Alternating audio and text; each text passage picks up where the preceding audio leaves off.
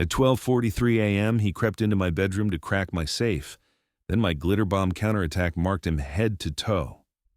When I hit play, Sarah cut him off. The moment I saw my son-in-law's eyes light up when he asked about my safe, I knew something was wrong. But when he tried to drug my whiskey and rob me blind, he had no idea what kind of trap he was walking into. What happened next will shock you.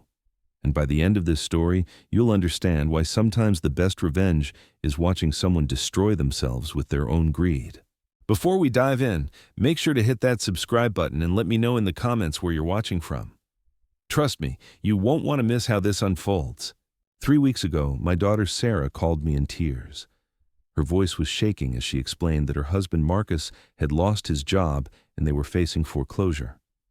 As a father, hearing your child in distress tears your heart apart. Without hesitation, I told them they could stay with me until they got back on their feet. What I didn't realize was that I had just invited a predator into my home. Marcus arrived at my house with designer luggage and an expensive watch, which seemed odd for someone claiming financial hardship. But I pushed those doubts aside. Sarah needed help, and that's all that mattered to me. During their first week, I tried to make them comfortable, clearing out space and adjusting my routines to accommodate 3 people instead of 1. That's when Marcus started asking questions. At first, they seemed innocent enough.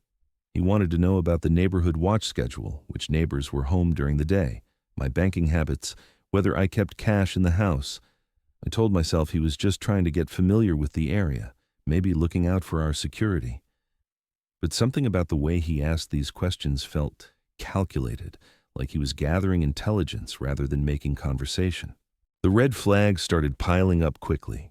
Marcus would disappear for long phone calls, always stepping outside or into another room. When I asked about these calls, he claimed they were potential employers or networking contacts. But I noticed how his mood would shift afterward, the tension in his shoulders, the way he'd pace around the house like a caged animal. Then, there was the mail situation.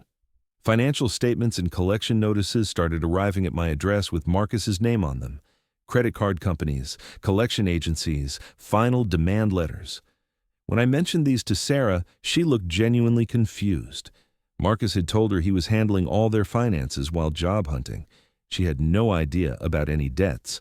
But the most disturbing moment came during a family dinner, 2 weeks into their stay. We were eating quietly when Marcus suddenly looked up and asked about my safe upstairs. The question came out of nowhere, cutting through our peaceful conversation like a knife. "What kind of lock does it have?" he asked, his eyes fixed on mine with an intensity that made my chest tighten. Sarah nearly choked on her water. "Marcus, what kind of question is that?" But Marcus kept staring at me, waiting for an answer. There was something predatory in his expression that I'd never seen before. He tried to cover it up with talk about home security and break-ins in the area, but I'd lived in this neighborhood for 15 years.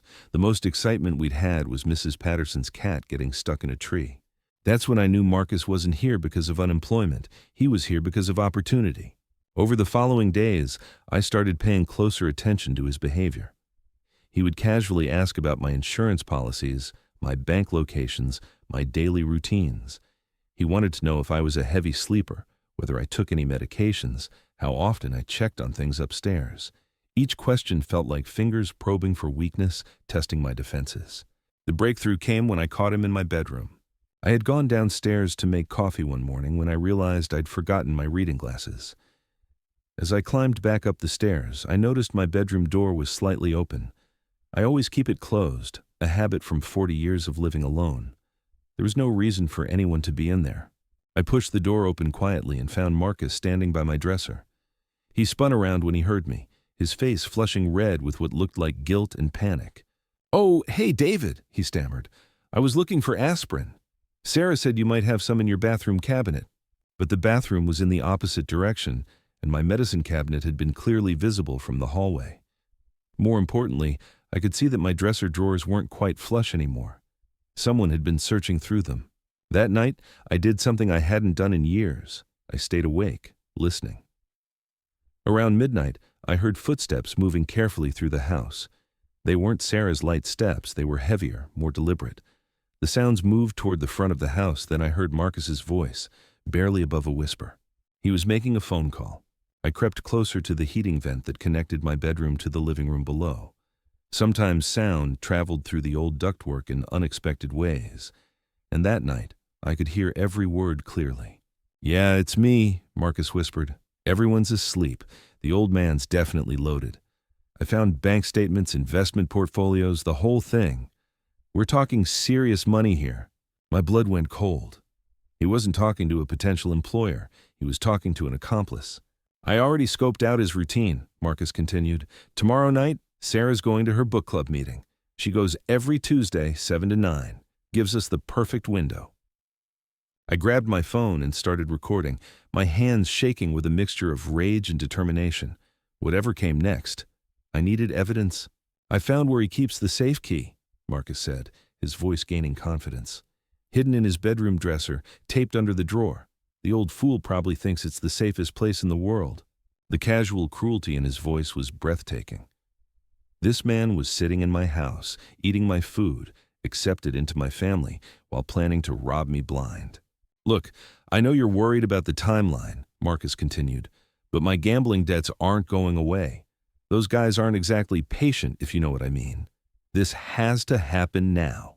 Gambling debts." That explained everything. The desperation, the calculated approach, the willingness to betray his wife's family. Marcus wasn't just an opportunistic thief.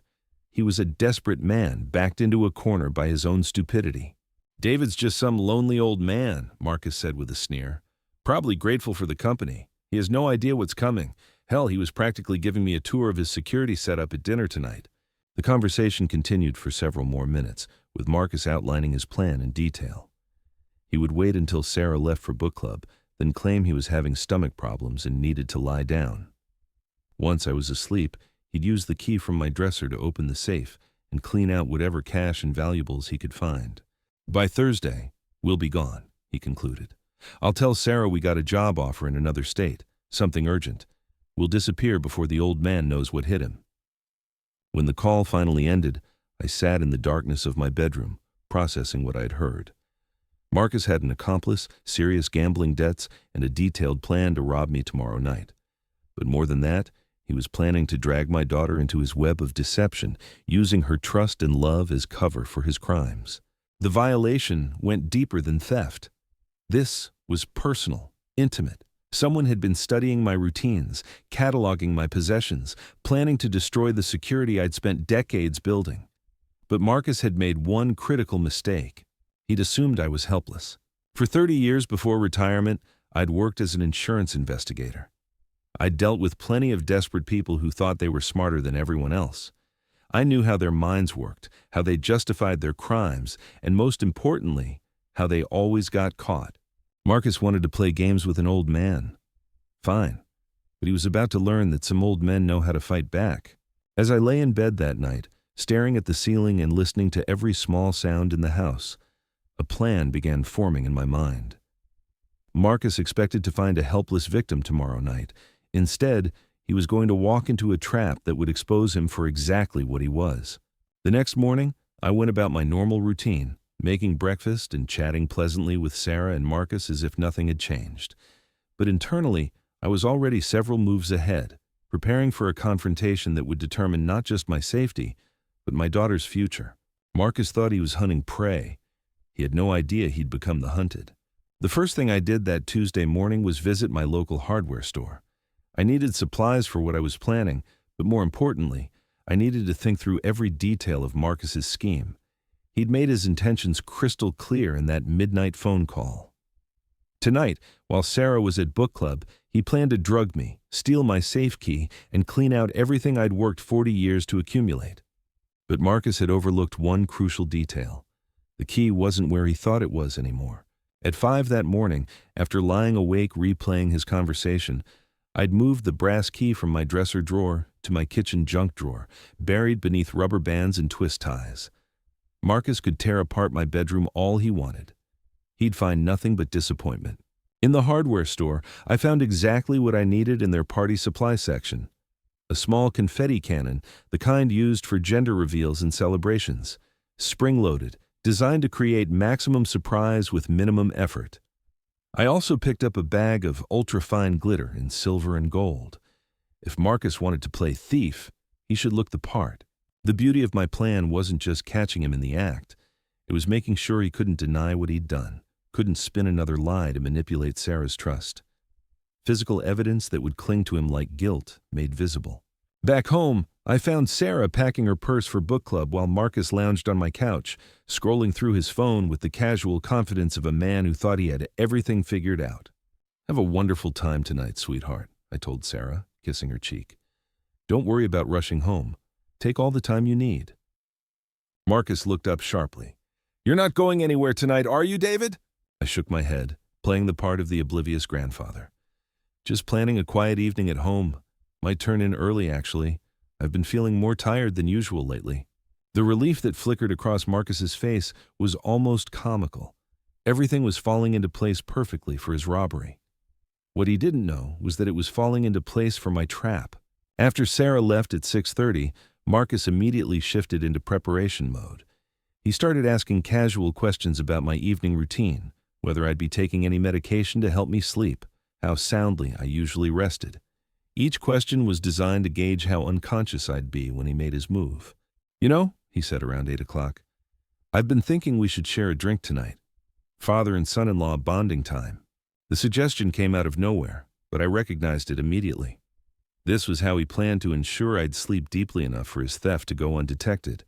That's thoughtful," I replied, "but I'm on blood pressure medication that doesn't mix well with alcohol." Marcus's jaw tightened slightly. "Come on, one small glass won't hurt, we're family now." The persistence was telling. A normal person would have accepted my refusal gracefully. Marcus was pushing because he needed me to consume something specific, something that would guarantee I'd be unconscious during his crime. "I'll pour us both a glass of that nice whiskey I saw in your cabinet," he continued, already heading toward the kitchen. "Just a small toast to celebrate our time together." He disappeared before I could object. I heard cabinet doors opening, the clink of glass, then silence that stretched too long. When he returned, he carried 2 tumblers, one with amber liquid, one with slightly less. "Changed my mind about you drinking," he said with a practiced smile. "Poured you just a tiny splash for the toast, barely a teaspoon." He held out the second glass, and I noticed his hand trembled slightly. The whiskey inside caught the lamplight, looking innocent enough. But after 30 years investigating insurance fraud, I knew what desperation looked like. I knew how people behaved when they thought they were being clever. "Marcus, I really can't," I said firmly. "One tiny sip," he insisted, "for family." The word family coming from his mouth after what I'd heard him say about me made my stomach turn. But I maintained my composure, standing slowly from my chair. "You know what? I think I'll take one of those sleeping pills my doctor prescribed and call it a night early." Marcus's entire posture changed. "Sleeping pills?" "Doctor gave them to me last month," I explained, watching his reaction carefully. "Powerful stuff. Knocks me out completely until morning. I'll be dead to the world." The relief that washed over his face was unmistakable. His drug plan had just become unnecessary. The old fool was going to sedate himself. "That sounds perfect," he said quickly. "You need your rest." I made a show of climbing the stairs slowly, pausing to grip the banister like an elderly man struggling with fatigue. At the top, I called down, "Don't wait up for me. I'll probably sleep straight through until morning." "Sleep well, David," Marcus replied, and I could hear the anticipation in his voice. In my bedroom, I went through the motions of preparing for sleep, but I was actually setting the final elements of my trap. The confetti cannon went into my dresser drawer, positioned so it would trigger when someone reached toward the back where the key used to be hidden. The mechanism was beautifully simple, spring-loaded to activate under pressure. I also placed a dummy key near the front of the drawer, an old luggage key that looked similar enough to fool someone searching in darkness. Marcus would spot it immediately, reach for it confidently, and trigger my surprise. Next came the camera. I'd purchased a small wireless security camera that connected to my smartphone, compact enough to hide between books on my nightstand. The night vision was crystal clear, and it would capture everything from the moment Marcus entered my room until he left covered in glitter and shame. By 10:30, everything was ready. I turned off my bedroom light and settled onto my bed, fully clothed and wide awake. Through my slightly open door, I could see the hallway and hear Marcus moving around downstairs, waiting, calculating, preparing for what he thought would be the perfect crime. At 11:15, the house went completely quiet. Marcus was giving my supposed sleeping pill time to take full effect. The silence stretched on, broken only by the old house settling and my own controlled breathing. Then, at 12:43, I heard the first creak on the stairs. Marcus moved like a professional burglar, avoiding the spots that groaned under weight. He'd learned my house's quirks during his 3-week stay, mapping every sound that might betray his presence. The hallway floorboard outside my room whispered under his feet. Then silence. He was listening, making sure his sleeping pill story had worked its magic. My door handle turned with glacial slowness. Marcus's silhouette appeared in the doorway, backlit by the faint hallway light. He stood frozen for 30 seconds, watching my supposedly unconscious form. Satisfied that I was deeply sedated, he slipped inside. Through barely cracked eyelids, I watched him approach my dresser with predatory confidence.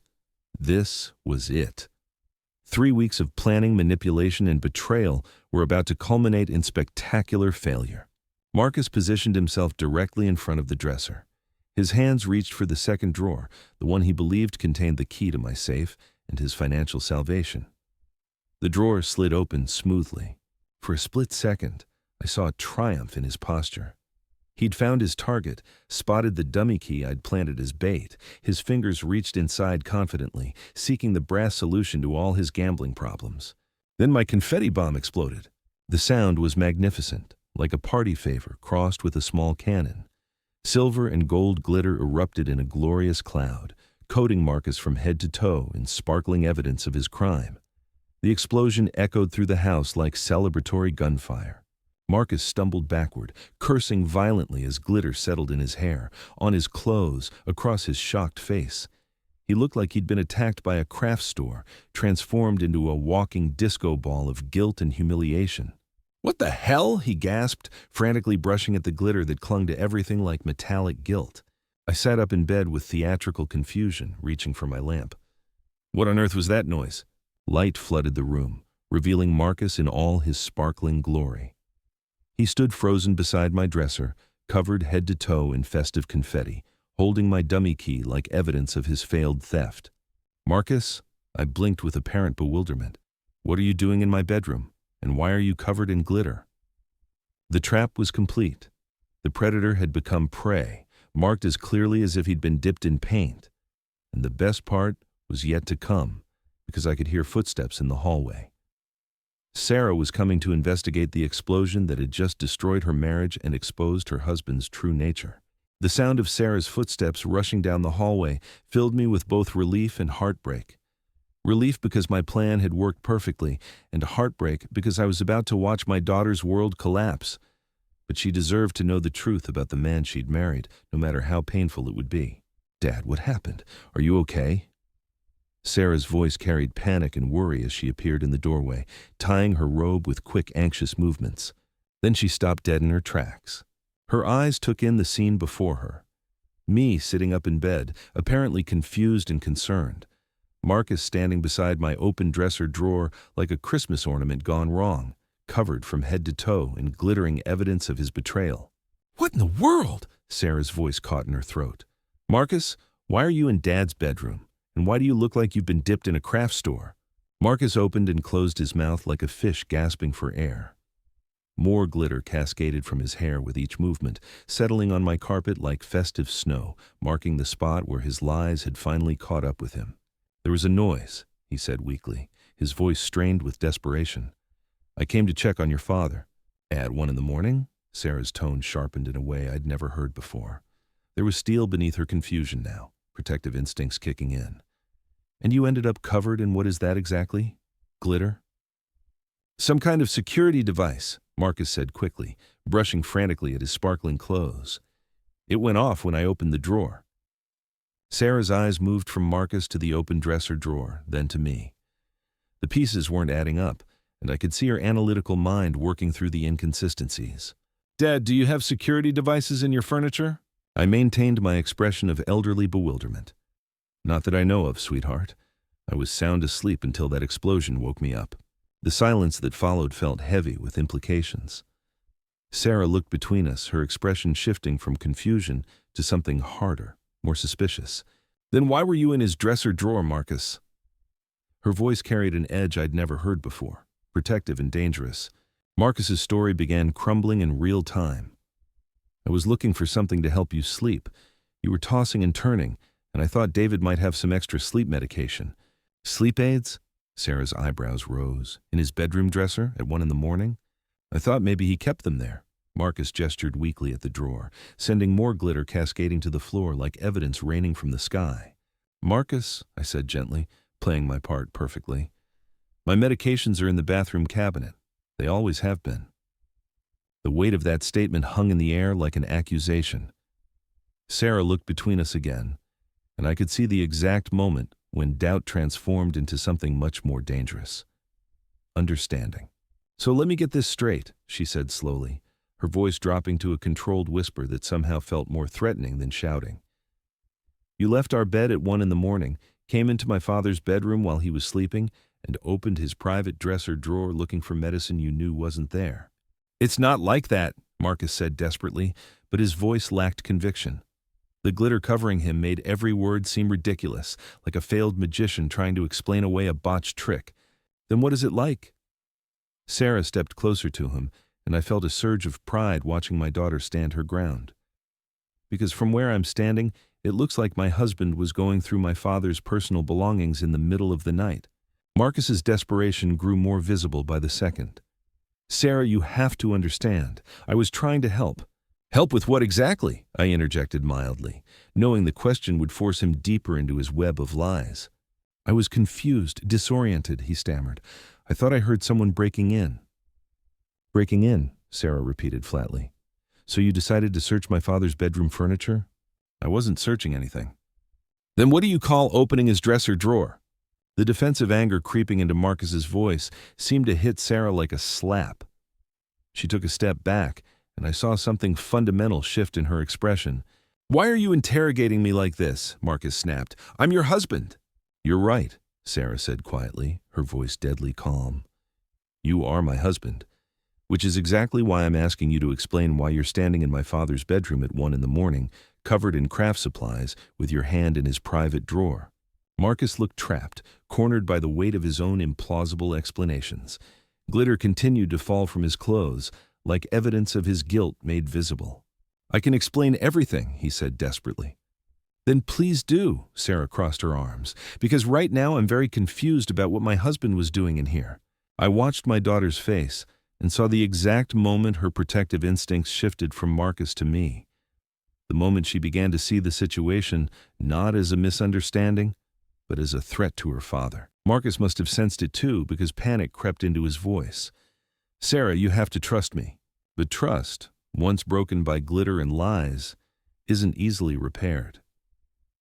Sarah's eyes stayed fixed on Marcus, and I could see her processing, analyzing, drawing conclusions her heart didn't want to accept. Marcus, she said slowly, I need you to tell me the truth right now. What were you really doing in my father's bedroom? The moment had come. My daughter deserved better than watching her husband spin more elaborate lies. She deserved the truth, no matter how much it would hurt. Sarah, I said gently, reaching for my phone on the nightstand. There's something you need to hear. Marcus's face went white beneath the glitter.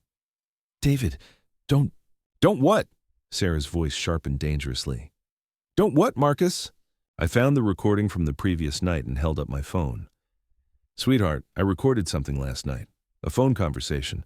I think you should listen to it. No, Marcus said quickly, desperation making his voice crack. Sarah, whatever he thinks he heard. Be quiet, Sarah snapped, never taking her eyes off me. Dad, play it. I pressed play, and Marcus's voice filled the room, clear and damning. Hey, yeah, it's me. Everyone's asleep. The old man's definitely loaded. I found bank statements, investment portfolios, the whole thing. We're talking serious money here. Sarah's face went completely still. Her eyes widened as she listened to her husband's voice discussing my finances with a stranger, like I was nothing more than a target to be exploited. Tomorrow night, Sarah's going to her book club meeting. She goes every Tuesday, 7 to 9. Gives us perfect timing. Stop it, Marcus said desperately. Sarah, I can explain this. Shut up. Sarah's voice was deadly quiet. Just shut up and let me listen. The recording continued, Marcus's voice growing more confident as he outlined his plan. I already have the safe key. Grabbed it earlier today while they were having dinner. The old fool keeps everything important in there. Cash, jewelry, probably more bank information. Sarah's hand flew to her mouth. She stared at Marcus like she was seeing a complete stranger. Lam? Look, I know you're worried about the timeline, but my gambling debts aren't going away. Those guys aren't exactly patient, if you know what I mean. Gambling debts? Sarah whispered, her voice breaking. What gambling debts? The recording played on, each word another nail in the coffin of their marriage. David's just some lonely old man, probably grateful for the company. He has no idea what's coming. Hell, he was practically giving me a tour of his security setup at dinner tonight. I watched my daughter's face crumble as she heard her husband's casual dismissal of me, his cold assessment of my vulnerability, his calculated plan to exploit my kindness and her trust. The beauty is, he'll never suspect family. Even if he figures out something's missing, Sarah will convince him he just misplaced stuff. You know how old people get about their memory. Sarah made a sound like she'd been physically struck, her husband's voice discussing how to use her love and trust to cover his theft, how to manipulate her into gaslighting her own father. Trust me, by Thursday, we'll be clear. I'll tell Sarah we got a job offer in another state, something urgent. We'll be gone before the old man knows what hit him. I stopped the recording. The silence that followed was deafening, broken only by the sound of glitter still occasionally dropping from Marcus's clothes. Sarah stared at her husband, tears streaming down her face. Gambling debts? She whispered. You were going to rob my father? Sarah, listen to me. Marcus tried to step toward her, but she backed away like he was dangerous. You called him a lonely old fool. Her voice cracked with pain and rage. You were going to steal from him and then disappear, taking me with you as your cover story. Marcus tried once more. We can work this out. It's not as bad as it sounds. How much? She demanded, cutting through his excuses. What? How much do you owe? Marcus's shoulders sagged in defeat. 47,000. Sarah's legs seemed to give out. She sank against the doorframe, staring at the man she'd married with complete horror and disbelief. You've been lying to me for months, she said, her voice barely above a whisper. About everything. The job loss, our finances, why we really needed to stay here. I was trying to protect you. By planning to rob my father? Sarah's voice rose to a shout that echoed through the house. By using me as your alibi while you destroyed the man who raised me? The transformation in my daughter was remarkable. The confused, hurt woman from moments before had been replaced by someone I barely recognized. Someone fierce and protective and absolutely done with being manipulated. Get out, she said, her voice carrying the weight of finality. Sarah, get out of my father's house now. For the first time since I'd known him, Marcus had nothing to say.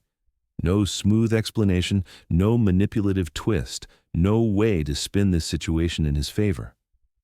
He stood there, covered in glitter like a failed party favor, watching his marriage and his criminal plan crumble simultaneously. The silence stretched between them, heavy with the weight of betrayal and broken trust. Outside, the night was still and quiet, but inside my bedroom, everything had changed forever. Marcus stood there for another long moment, glitter still cascading from his hair like tarnished snow. The weight of his exposed lies seemed to press down on him, making him appear smaller somehow. Finally, something in Sarah's expression, that pure, protective fury I'd seen ignite in her eyes, convinced him that his marriage was truly over. This isn't finished, he said, his voice turning ugly as desperation gave way to spite. Half of everything we own is legally mine. I'll get my share in court. Sarah's laugh was cold and bitter. You mean half of our debt? Because that's all we have, Marcus. Debt. $47,000 of gambling debt that I knew absolutely nothing about. I'll fight you, Marcus threatened, but even he seemed to realize how hollow it sounded. I'll drag this through every court in the state. With what money? Sarah stepped closer to him, and I felt a surge of pride watching her refuse to be intimidated. You just admitted you owe dangerous people nearly $50,000. What exactly are you planning to fight me with? Marcus's bravado crumbled like wet cardboard. He looked at me then, and for the first time, I saw something approaching genuine hatred in his eyes. "This is your fault, old man," he snarled. "You turned her against me. You manipulated this whole situation." "No," Sarah said firmly, positioning herself between Marcus and me. "You did that yourself. When you decided to plan a robbery instead of asking for help, when you called my father names behind his back, when you lied to me for months about everything that mattered." Marcus tried one last desperate approach, his voice cracking with fake emotion. "Sarah, we're married. We took vows. For better or worse, remember?" "You broke those vows," Sarah replied without hesitation, "the moment you decided to commit a felony against my family. The moment you planned to use my trust to cover up your theft." She pointed toward the door with steady determination. "Get your things and get out, now, tonight." I watched Marcus realize that his con was truly over. No more manipulation, no more lies, no more playing the victim. Sarah had heard his own words condemn him, recorded in his own voice. There was no spinning this, no explaining it away. He left the room without another word, tracking glitter through my house like a trail of evidence. We could hear him in the guest room, throwing clothes into bags with bitter violence, drawers slamming, hangers clattering, the sounds of a man whose carefully constructed world had collapsed in spectacular fashion. Sarah sank into my bedside chair, looking utterly exhausted. The adrenaline that had carried her through the confrontation was fading, leaving behind the raw pain of betrayal. "Dad, I'm so sorry," she whispered, tears flowing freely now. "I brought him into your home. I put you in danger because I was too blind to see what he really was." "Sweetheart," I said gently, "you couldn't have known. Marcus is a skilled manipulator. He fooled you because you loved him, and love makes us want to trust." "But I should have seen the signs," she insisted. "The phone calls he wouldn't explain, the way he asked you so many questions about your finances, how he seemed to know more about our debt situation than he was telling me." I reached over and took her hand. "You saw what he wanted you to see. That's how con artists operate. They're experts at showing people exactly what they expect while hiding their true intentions." Sarah looked up at me with red, swollen eyes. "How long have you known?" "Since 2 nights ago when I heard that phone call. But I suspected something was wrong from almost the beginning. His questions were too specific, too focused on things that shouldn't matter to someone just trying to get familiar with the neighborhood." She managed a weak smile through her tears. "The glitter bomb was brilliant, Dad. Absolutely brilliant. I wanted him caught red-handed," I explained. "Or should I say, glitter-handed. I needed evidence that even he couldn't deny or explain away." That earned me a genuine laugh, even through her tears. He looked like a disco ball that had been through a blender.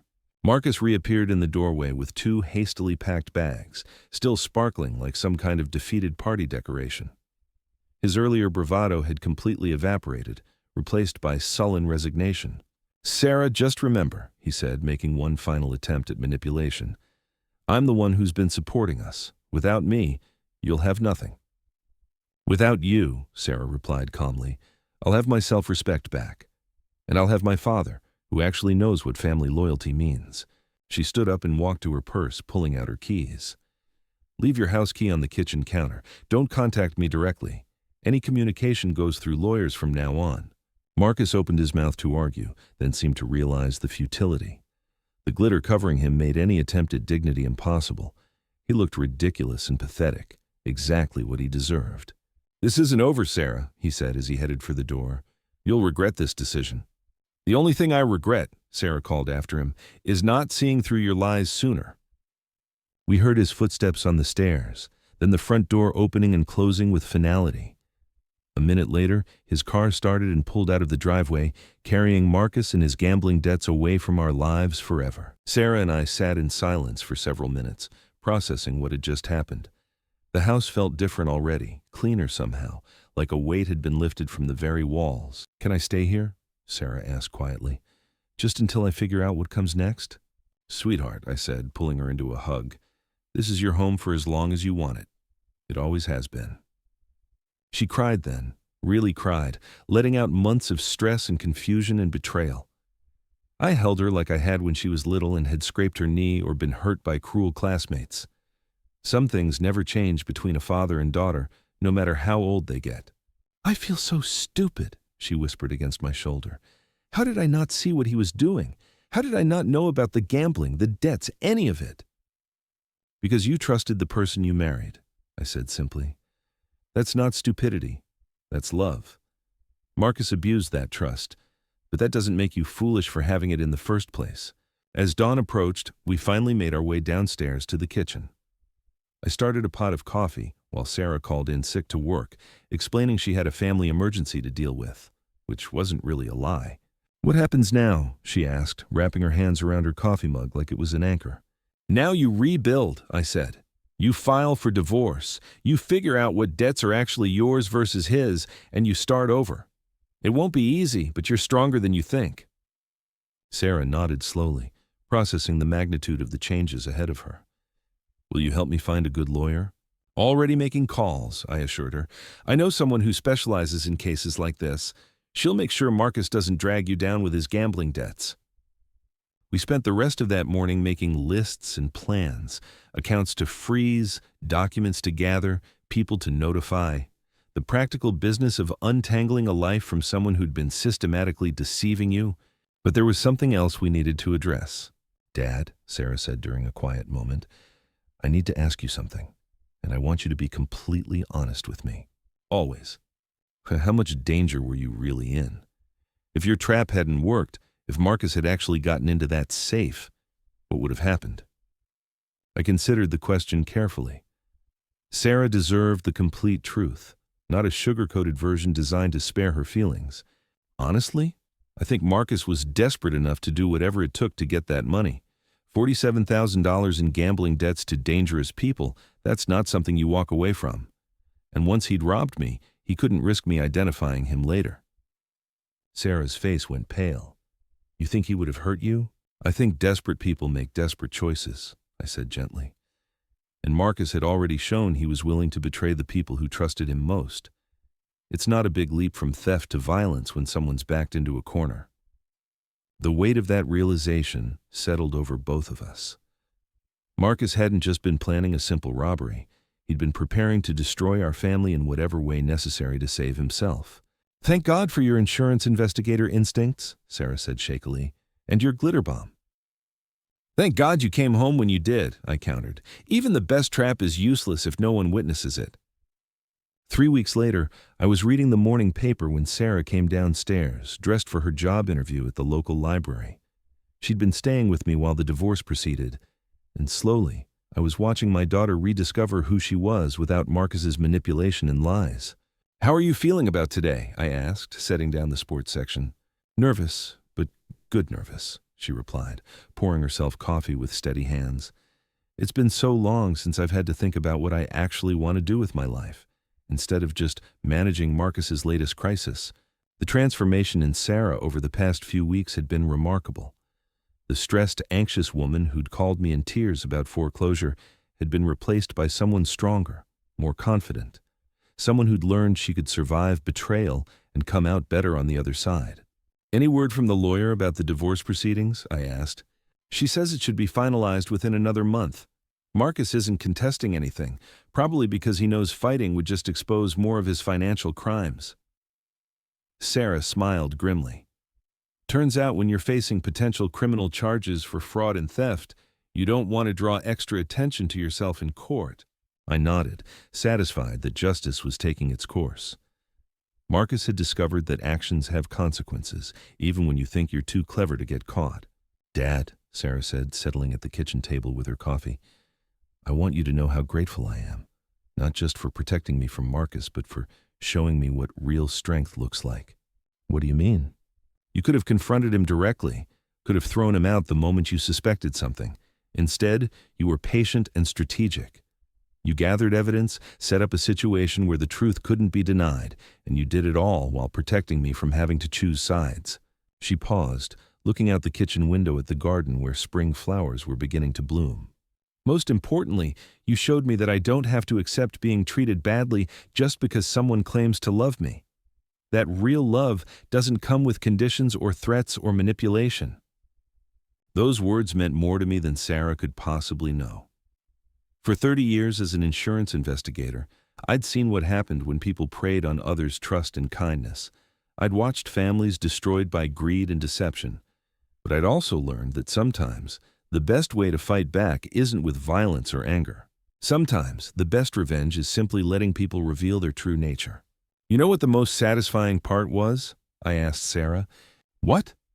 Marcus thought he was so smart, so careful in his planning. He studied my routines, mapped out my house, identified my vulnerabilities. But he made one critical error. Which was? I smiled, remembering the look of absolute shock on Marcus's face when that glitter bomb exploded. He assumed that being old meant being helpless. He thought retirement made me soft, that living alone made me an easy target. He saw a lonely widower and thought he'd found the perfect victim. Sarah laughed, the first genuinely happy sound I'd heard from her in months. Boy, was he wrong about that. The funny thing is, if Marcus had just been honest from the beginning, if he'd come to me and explained about his gambling debts and asked for help, I probably would have helped him. Not $47,000, but something to get him started on the right path. Really? Sarah looked surprised. Family helps family when they ask honestly and work to deserve that help. But Marcus didn't want help. He wanted to take what wasn't his and disappear without consequences. That's not family. That's just theft with extra steps. Sarah finished her coffee and gathered her purse and car keys for the interview. At the door, she turned back to me. I love you, Dad.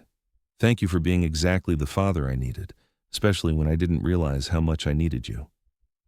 After she left, I sat in my quiet kitchen, surrounded by the peace of a home that was finally secure again. No more lies, no more hidden agendas, no more predators disguised as family. My phone buzzed with a text from my neighbor, Mrs. Patterson. Heard through the grapevine about your innovative home security system. Any chance you could help me install something similar?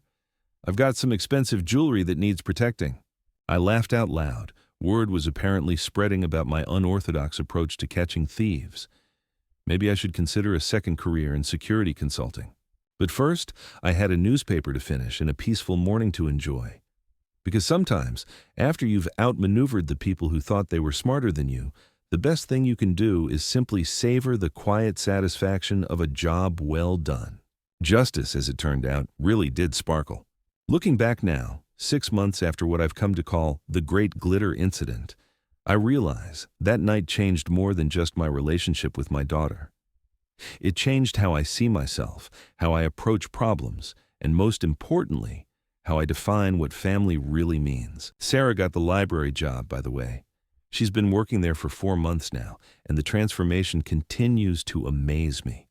The nervous, uncertain woman who used to defer every decision to Marcus has been replaced by someone confident, independent, and genuinely happy.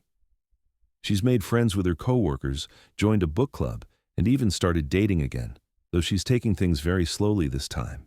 I'm learning to trust my own judgment, she told me over breakfast last week.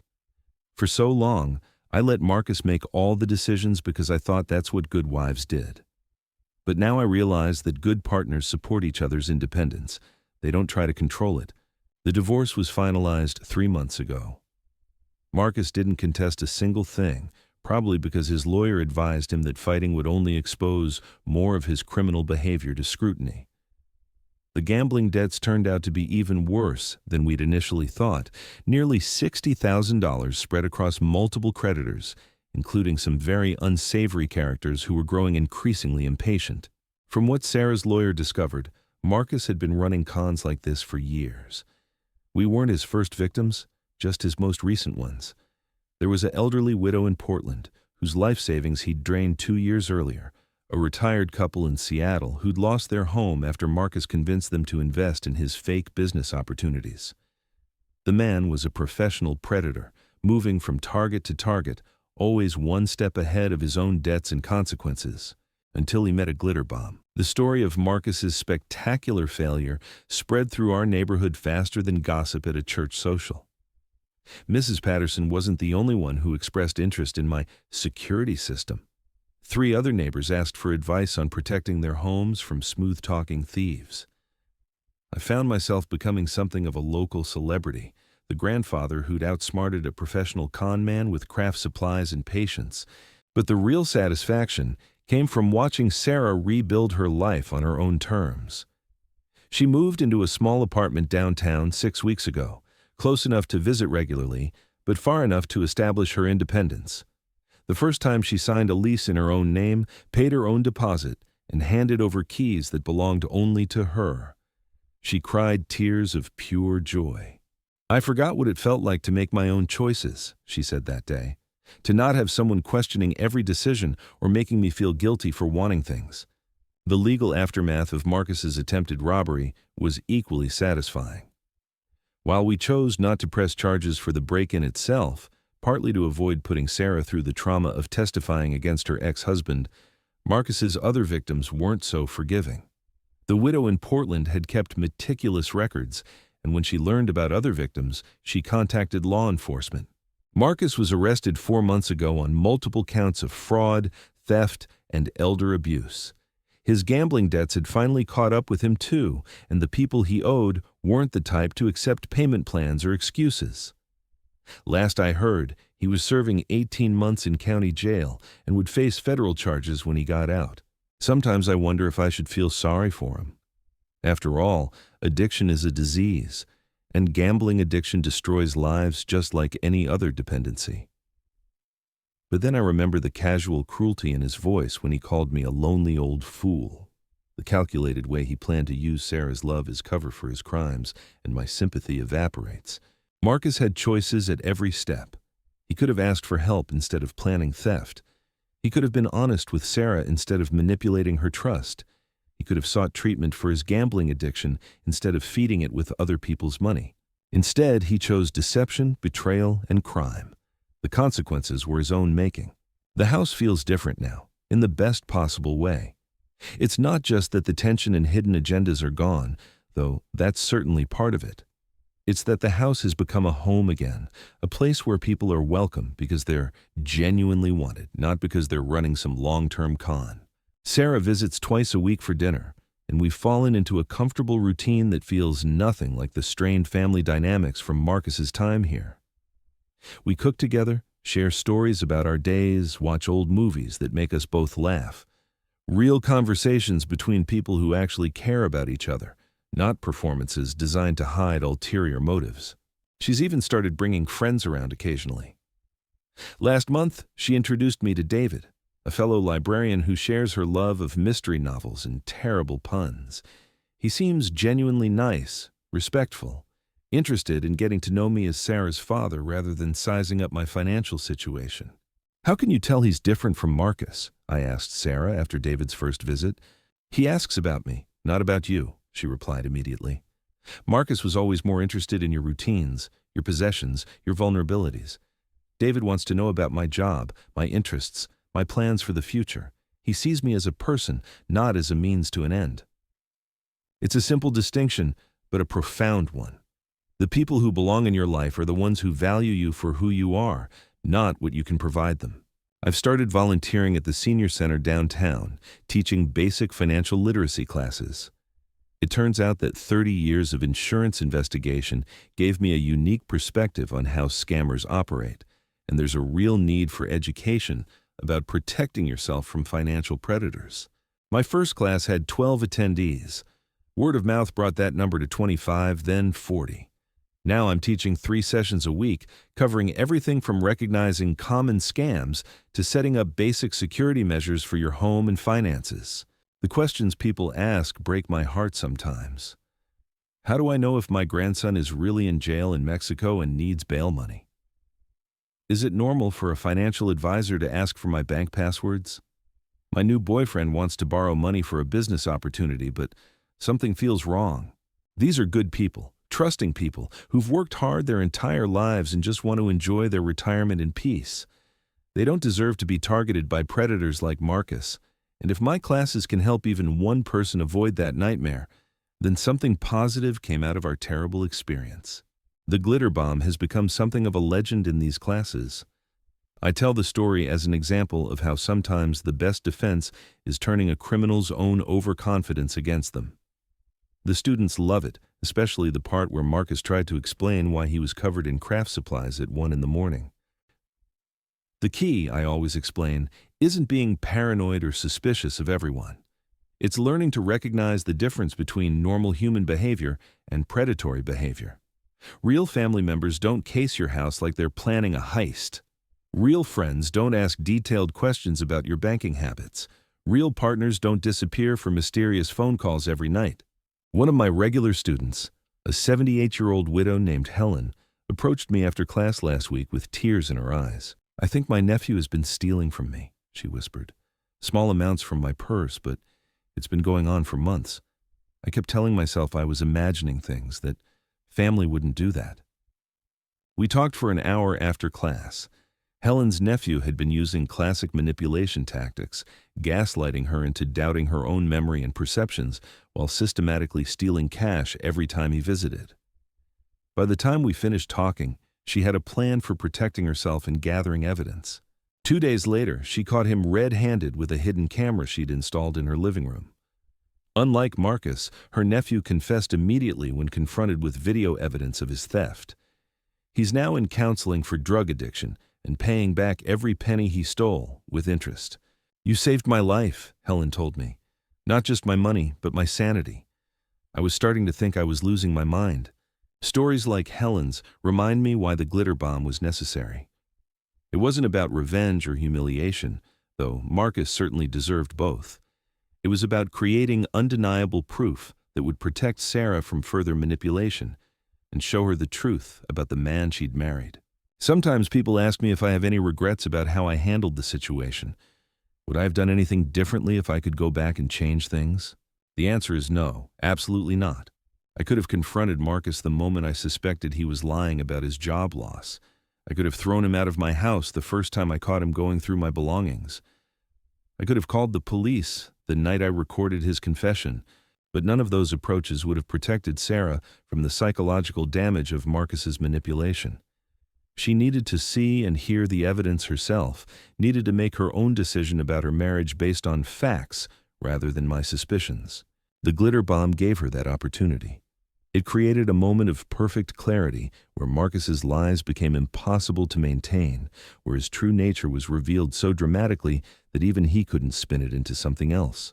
And yes, it was deeply satisfying to watch him try. These days, my house is secure in ways that have nothing to do with locks or alarms. It's protected by honesty, by genuine relationships, by the knowledge that the people who enter my home actually want to be here. Sarah has her spare key back now, the one Marcus never returned when he left that night. She uses it maybe once a week, usually to surprise me with groceries or to borrow a book from my library. Normal family interactions, the kind that don't require hidden agendas or careful planning. Last Sunday, she let herself in while I was napping and left a plate of homemade cookies on my kitchen counter with a note. "Thank you for showing me what real strength looks like. Love, your grateful daughter." I kept that note. It's taped to my refrigerator next to a photo of Sarah at her library job, smiling genuinely for the first time in years. That's what victory looks like. Not the spectacular failure of Marcus's glitter-covered theft attempt, though that was certainly memorable. Real victory is watching someone you love rediscover their own worth, their own strength, their own ability to build a life based on truth instead of lies. It's Sarah laughing at terrible jokes with David over dinner. It's Helen catching her thieving nephew and getting her money back. It's a house full of senior citizens learning to protect themselves from predators who see kindness as weakness. It's the knowledge that sometimes, when bad people think they've found the perfect victim, they've actually found someone who's been preparing for them their whole life. Marcus thought he was robbing a helpless old man. Instead, he walked into a trap set by someone who'd spent 30 years studying exactly how criminals think and operate. He brought manipulation to a fight where his opponent had facts, patience, and a really good understanding of human psychology. And glitter. Never underestimate the power of glitter. The best part about this whole experience isn't that I outsmarted a con man, though I'm certainly proud of that. It's that I learned something important about myself at 66 years old. I learned that retirement doesn't mean becoming a target, that living alone doesn't mean being helpless, that age brings wisdom, experience, and resources that young predators can't even imagine. Marcus saw an elderly widower and assumed he'd found easy prey. What he actually found was a man with decades of professional experience in catching liars, a lifetime of accumulated knowledge about human nature, and absolutely no patience for people who prey on others' kindness. He thought he was hunting. He never realized he'd become the hunted until it was far too late. So here's my advice for anyone dealing with similar situations. Trust your instincts. Document everything. Be patient. And remember that the best traps are the ones criminals build for themselves. Sometimes they just need a little help with the glitter. Thank you for watching, and remember to hit that subscribe button if you enjoyed hearing how one old man turned a robbery attempt into the world's most spectacular failure. Drop a comment letting me know your thoughts on Marcus's glittery comeuppance, and I'll see you in the next video. Justice, as it turns out, really does sparkle.